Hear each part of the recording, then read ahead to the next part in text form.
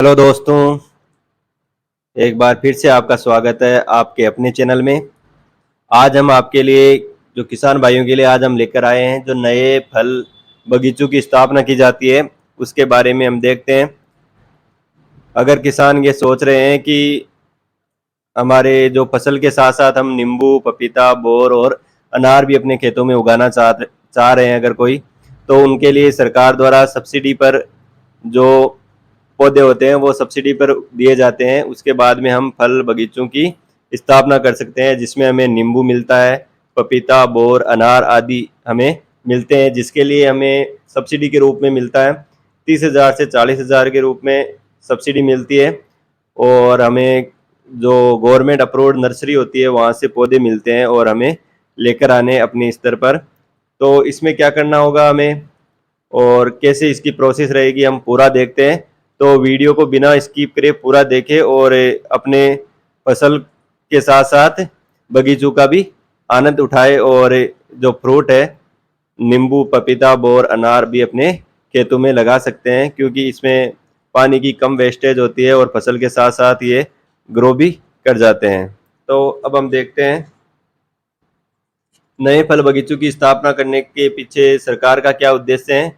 कोई जब भी सरकार कोई नई योजना चलाती है तो उसके पीछे कोई ना कोई सरकार का इंटेंशन होता है, कोई ना कोई इनका उद्देश्य होता है कि जो योजना है वो क्यों चलाई जा रही है। तो इसके पीछे भी एक योजना है। इस योजना के पीछे क्या उद्देश्य है? फलदार वृक्षों के बगीचों से कृषक की आमदनी को बढ़ाना, किसानों की इससे आमदनी को बढ़ाया जा सकता है। सरकार का यह मानना है कि जब वृक्षों के बगीचों से कृषक क्या कर सकता है, किसान अपनी आमदनी को बढ़ा सकता है। किसान को फसल के साथ साथ बगीचों से दोहरी आमदनी मिलेगी, क्योंकि किसानों को फसल तो हो ही रही है और फसल के साथ साथ में जो बगीचे हैं वो लगाने से इन्हें आमदनी में बढ़ोतरी होगी, दोहरी आमदनी मिलेगी। बाद में हम देखते हैं इसमें क्या होता है। कम पानी में अधिक मुनाफा होता है। पानी कम जरूरत होती है पानी की, क्योंकि पौधे लगने के बाद जब वृक्ष बन जाते हैं तो उसमें पानी कम, अगर हमें हमारे पास पानी की व्यवस्था कम है तो भी हम पौधों को लगाए रख सकते हैं, क्योंकि फसल तो हमें करनी है तो उसके साथ साथ वो पौधे भी विकसित हो जाते हैं। इसमें हम अधिक रोजगार मिलेगा। इसके क्या होगा, इसके लिए अधिक रोजगार मिलेगा, क्योंकि किसान अगर अपने खेत में बगीचे लगाते हैं तो जो अनार है, बोर है, पपीता है, उनके तोड़ने के लिए भी अलग से उनको रखना पड़ेगा। तो इसमें रोजगार की क्या होगी, वृद्धि होगी। और इसमें क्या होती है कि सरकार की क्या थीम रखी हुई है, थीम क्या है, हरा भरा हो राजस्थान। सरकार की ये थीम है कि राजस्थान कैसा हो, हरा भरा राजस्थान हो। इसके लिए किसानों को सब्सिडी के रूप में, अनुदान के रूप में ये फल बगीचों की स्थापना करवाई जा रही है। तो हम देखते हैं इसमें अनुदान कितना मिलेगा। तो अनुदान देखते हैं, अनुदान सब्सिडी कितनी मिलेगी हम देखते हैं। पहले देखते हैं अधिक मूल्य वाली एवं सामान्य अंतराल वाली फसलों पर निर्धारित इकाई लागत का 50% अधिकतम राशि रुपये 30,000 रुपये प्रति हेक्टेयर, ये प्रति हेक्टेयर पर मिलेगा, जिसमें 30,000 रुपये प्रति हेक्टेयर मिलेगा अधिकतम राशि है और 50% हमें अनुदान मिलेगा। अधिक मूल्य वाली व सामान्य अंतराल वाली फसलों पर यह निर्धारित होती है, 50% अधिकतम राशि हमें मिलेगी। उसके बाद हम देखते हैं लघु सीमांत जो किसान होते हैं, लघु सीमांत कृषकों को 25% अतिरिक्त अनुदान दे होगा। इसमें क्या होगा, जो लघु सीमांत किसान है उनको 25% अतिरिक्त अनुदान दे होगा। अगर आपको ये पता नहीं है कि लघु सीमांत की श्रेणी में कौन से किसान आ रहे हैं, कौन कौन से लघु सीमांत की श्रेणी में आते हैं, और आप लघु सीमांत श्रेणी में हो या नहीं हो, इसके लिए जानने के लिए हमारे द्वारा बनाया गया वीडियो है, डिस्क्रिप्शन बॉक्स में उसका मैं लिंक दे दूंगा, जिसको आप देख करके कंफर्म कर सकते हैं कि आप कौन सी श्रेणी में आते हैं, लघु आते हैं, सीमांत में आते हैं या अन्य कोई श्रेणी में आप आते हैं। इसके बाद नेक्स्ट हम देखते हैं सघन बागवानी फलोद्यान के लिए निर्धारित इकाई लागत का 40% अधिकतम राशि रुपये 40,000 रुपये हेक्टेयर दिया जाता है। जहाँ पर बागवानी फलोद्यान के लिए निर्धारित इकाई सघन बागवानी हो रही है, जहाँ ज़्यादा हो रही है, तो वहाँ पर सरकार 40% इन्हें अनुदान देती है। और अधिकतम अनुदान कितना होगा, 40,000 का अनुदान होगा। अनुसूचित जनजाति क्षेत्र हेतु 50%, अगर इसमें SC ST के जो उम्मीदवार है उनके लिए 50% का अनुदान होगा। लघु सीमांत कृषकों को 50% अतिरिक्त अनुदान दे होगा, 25% अतिरिक्त अनुदान दे होगा। जो लघु सीमांत किसान है उनको 25% क्या है, अनुदान अधिक देय होगा। एक कृषक को लघु जो न्यूनतम है 0.4 हेक्टेयर एवं अधिकतम 4 हेक्टेयर क्षेत्र के लिए अनुदान दिया जाएगा। इसमें क्या है, एक किसान अगर अपने खेत में ये बगीचा लगाना चाह रहा है तो उसे कितना हेक्टेयर अनुदान मिलेगा? कम से कम इसे 0.4 हेक्टेयर और अधिक से अधिक 4.0 हेक्टेयर तक इसे अनुदान दे होगा। इसका मतलब हो गया कि अपने कम से कम कितना बीघा जमीन होनी चाहिए? कम से कम लगभग 2 से 3 बीघा जमीन से ऊपर अनुदान दिया जाता है और लगभग 27-28 बीघा तक ये अनुदान हमें दिया जा सकता है। अनुसूचित जाति जनजाति के कृषकों व जनजातीय क्षेत्रों के लिए न्यूनतम क्षेत्रफल सीमा 0.2 हेक्टेयर रखी गई है। इसमें 2 बीघे में भी हमें क्या है, अनुदान दिया जा सकता है, जो SC ST में है, बिलोंग करते हैं जनजाति के क्षेत्रों से, उनके लिए। नेक्स्ट हम देखते हैं, इनके लिए जो हर किसान चाहता है कि वो अपने खेत में क्या करे, हर किसान चाहता है कि अपने खेत में कुछ ना कुछ लगाए और फसल के साथ साथ वो बगीचे भी लगाना चाहता है। तो इसके लिए पात्रता क्या रहेगी कि किसान कौन सा पात्र होगा इसके लिए? तो इसके लिए हम देखते हैं कि आवेदन के पास कृषि योग्य भू स्वामित्व एवं सिंचाई स्रोत होना आवश्यक है। इसमें क्या होना आवश्यक है? कृषि योग्य भू स्वामित्व है, जो कृषि योग्य भूमि होनी चाहिए और सिंचाई स्रोत होना चाहिए, कोई भी सिंचाई स्रोत होना चाहिए। सिंचाई स्रोत में आपका आ सकता है ओपन वेल, कुआं आ जाता है और ट्यूबवेल आ जाती है, और फार्म पॉन्ड जो खेत तलाई बनती है वो भी इसमें सिंचाई स्रोत में आता है। तो सिंचाई स्रोत आपके पास होना चाहिए और कृषि योग्य भूमि होनी चाहिए। भूमि भी हमें देखते हैं, कभी बारानी लिखी होती है, चाई लिखी होती है, जाव लिखा हुआ होता है। तो इसमें क्या होनी चाहिए, हमारी सिंचाई योग्य भूमि होनी चाहिए, कृषि योग्य भूमि होनी चाहिए। बाद में हम देखते हैं बगीचों में ड्रिप संयंत्र लगाना अनिवार्य रहेगा। इसमें क्या होगा, जब हम बगीचे के लिए अप्लाई कर रहे हैं तो इसमें एक कंपलसरी जो शर्त रखी हुई होती है कि इसमें ड्रिप लगाना अनिवार्य होता है। जब बगीचे होते हैं उनमें सबसे पहले क्या लगाना होगा, ड्रिप लगाना होगा। ड्रिप के बिना ये सब्सिडी आपको नहीं मिलेगी। इसके बाद हम देखते हैं जनाधार कार्ड में भूमि का प्रकार अपडेट होना चाहिए। अगर जनाधार कार्ड से हम फॉर्म फिल कर रहे हैं तो भूमि में क्या अपना प्रकार अपडेट होना चाहिए, जैसे कोई लघु है, सीमांत है या अन्य है, तो इसका लिए हमें प्रकार अपडेट होना चाहिए। इसके बाद हम देखते हैं कुछ अन्य महत्वपूर्ण बिंदु हम देखते हैं। बगीचों में ड्रिप संयंत्र लगाना अनिवार्य रहेगा। ड्रिप संयंत्र की स्थापना के बाद ही कृषकों को फलदार पौधे उपलब्ध कराए जाएंगे। क्या करना है, हमें सबसे पहले ड्रिप लगाना है, ड्रिप लगाने के बाद ही हमें फलदार पौधे उपलब्ध करवाए जाएंगे। जनजातीय क्षेत्र के कृषकों को 0.4 हेक्टेयर क्षेत्र से कम क्षेत्र में बगीचे लगाने पर बूंद बूंद सिंचाई संयंत्र की अनिवार्यता से छूट रहेगी। अगर जनजातीय क्षेत्र में किसानों को 0.4 हेक्टेयर क्षेत्र से कम, अगर 0.4 हेक्टेयर क्षेत्र से कम अगर बगीचे लगाए जा रहे हैं तो इसमें क्या रहेगा, जो ड्रिप सिंचाई है वो अनिवार्य नहीं रहेगी, इसमें छूट रहेगी ड्रिप सिंचाई के बारे में।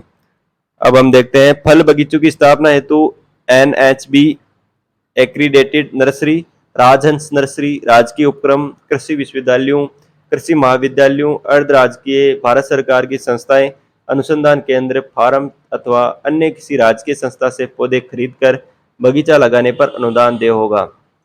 जो हमने देखी है कि NHB एन एक्रीडेटेड नर्सरी, राजहंस नर्सरी, राजकीय उपक्रम, कृषि विश्वविद्यालयों, कृषि महाविद्यालयों, अर्ध राजकीय भारत सरकार की संस्थाएं, अनुसंधान केंद्र, फार्म अथवा अन्य किसी भी राजकीय संस्था से पौधे खरीदकर बगीचा लगाने पर अनुदान देय होगा। हमें क्या है, जो गवर्नमेंट अप्रूव्ड जो नर्सरी होती है वहीं से पौधे खरीदने हैं और उसके लिए ही अनुदान देय होगा। अब हम देखते हैं नेक्स्ट, भौतिक सत्यापन के बाद जब फिजिकल वेरिफिकेशन हो जाएगा, जब कृषि अधिकारी हमारे पास जो बगीचे लगे हुए हैं उनको बगीचों को देखकर अनुदान राशि का भुगतान सीधे कृषक के बैंक खाते में जमा होगी। इसमें एक बहुत बड़ी बेनिफिट है, लाभ है कि जो लाभ होता है, जो बेनिफिट होता है किसान के खाते में ही डायरेक्ट ट्रांसफर होता है। इसके लिए पहले क्या करना होगा, भौतिक सत्यापन करना होगा, वेरिफिकेशन करवाना होगा। जैसे हमने पौधे खरीद लिए हैं, पौधों लगाने के बाद पौधे लग गए, लगाने के बाद हमें इसकी एक क्या क्या करनी होगी, पिक्चर ली जाएगी और वेरिफिकेशन हमारा होगा। तो इसके बाद में नेक्स्ट हम देखते हैं आवेदन प्रक्रिया क्या रहेगी।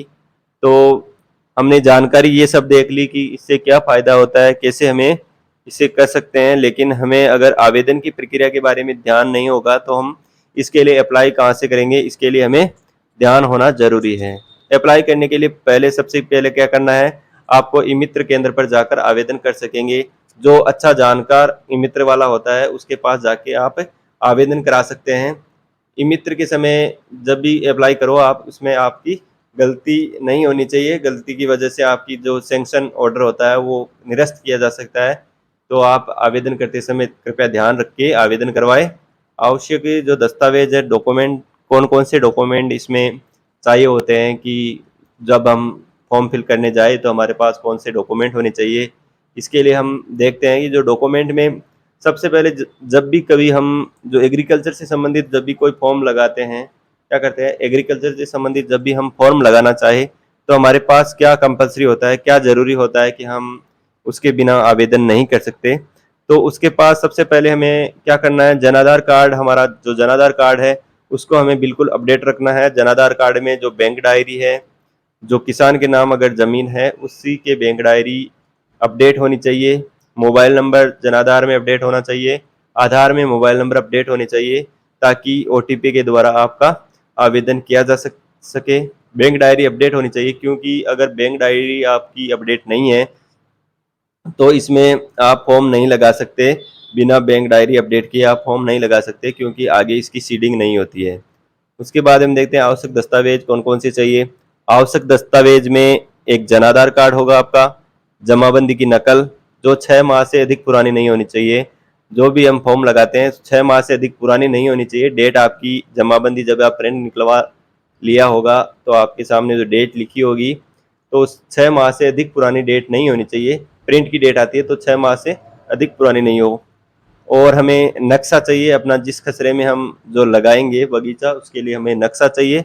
अगर आपके पास पटवारी वेरीफाइड नक्शा है तो और भी बढ़िया है, अगर नहीं है तो आप बिना वेरीफाइड नक्शे भी आप आवेदन कर सकते हैं। इसके बाद हम देखते हैं, इसके लिए हमारे पास ओटीपी आएगी। जो हम जनाधार कार्ड से ऑनलाइन करेंगे तो हमारे पास ओटीपी आएगी। तो ओटीपी के जब भी आप आवेदन करने जाए तो अपना जो मोबाइल है, ओटीपी वाला मोबाइल है, वो साथ में लेके जाए ताकि आपको कोई परेशानी नहीं हो।